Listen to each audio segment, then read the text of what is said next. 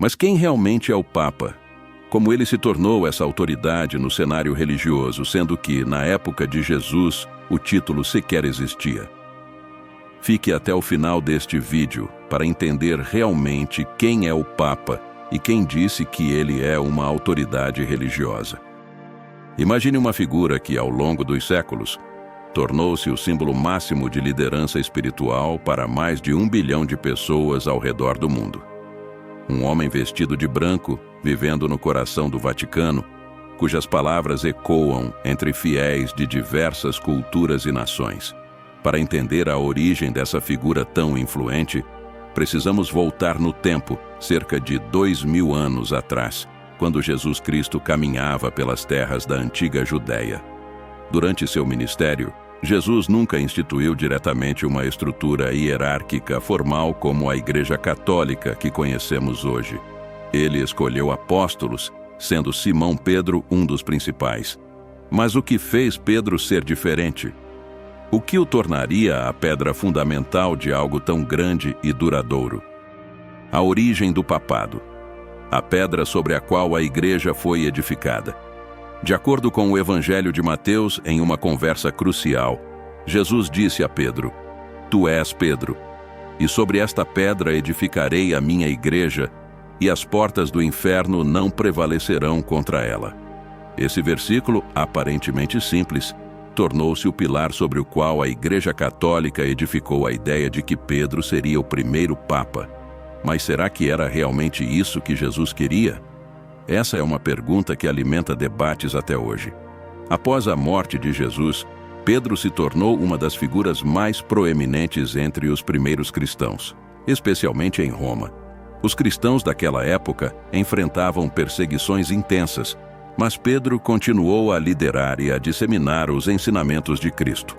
Acredita-se que ele tenha sido martirizado em Roma por volta do ano 64 depois de Cristo, sob o governo do imperador Nero. A tradição católica afirma que Pedro foi o primeiro bispo de Roma e, com o passar do tempo, esse papel de bispo de Roma ganhou uma importância central.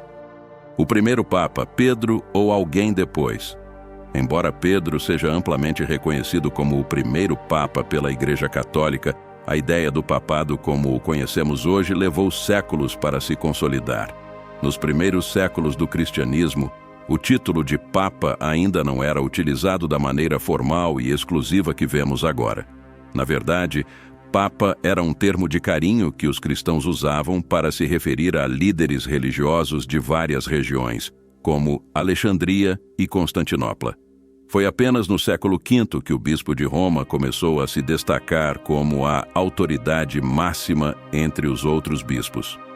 O Papa Leão I, também conhecido como Leão Magno, que governou de 440 a 461 d.C., foi crucial nesse processo. Ele foi o primeiro a afirmar abertamente a supremacia do bispo de Roma sobre toda a igreja cristã, argumentando que Pedro tinha recebido essa autoridade diretamente de Cristo e, portanto, seus sucessores em Roma herdariam esse poder. Leão Magno foi um líder carismático e habilidoso que, além de suas contribuições espirituais, também desempenhou um papel vital ao impedir a invasão de Roma pelos hunos liderados por Átila. Seu governo marcou um ponto de virada, consolidando a visão de que o bispo de Roma era mais do que apenas um líder local. Ele era o líder de toda a igreja cristã. Como o Papa se tornou a autoridade máxima? Mas por que o Papa?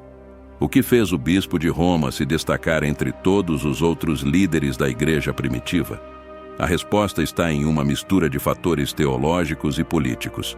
Roma era a capital do Império Romano, o centro do mundo ocidental na época. A cidade tinha uma importância única e simbólica. Além disso, o fato de Pedro e Paulo, duas das figuras mais importantes do cristianismo primitivo, terem sido martirizados em Roma, deu à cidade uma aura de santidade e autoridade.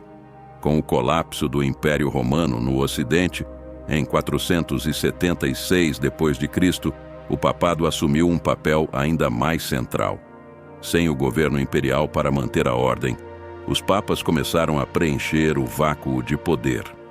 Eles se tornaram não apenas líderes espirituais, mas também figuras políticas e sociais, mediando conflitos, negociando com invasores e ajudando a organizar a vida da população.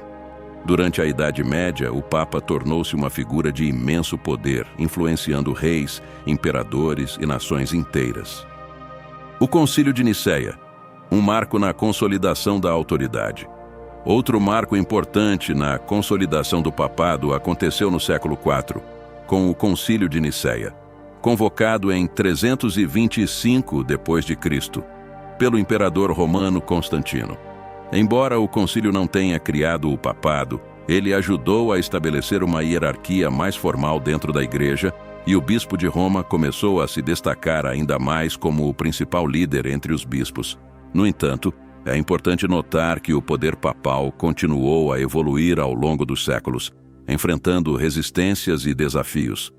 A própria Igreja Ortodoxa, por exemplo, não aceita a supremacia do Papa, o que levou ao grande cisma de 1054, dividindo o cristianismo em Igreja Católica Romana e Igreja Ortodoxa Oriental. Nos tempos modernos, o papel do Papa evoluiu ainda mais. Embora ainda seja considerado o sucessor de São Pedro e o líder da Igreja Católica, o Papa também se tornou uma figura global, muitas vezes visto como um defensor da paz, da justiça social e dos direitos humanos.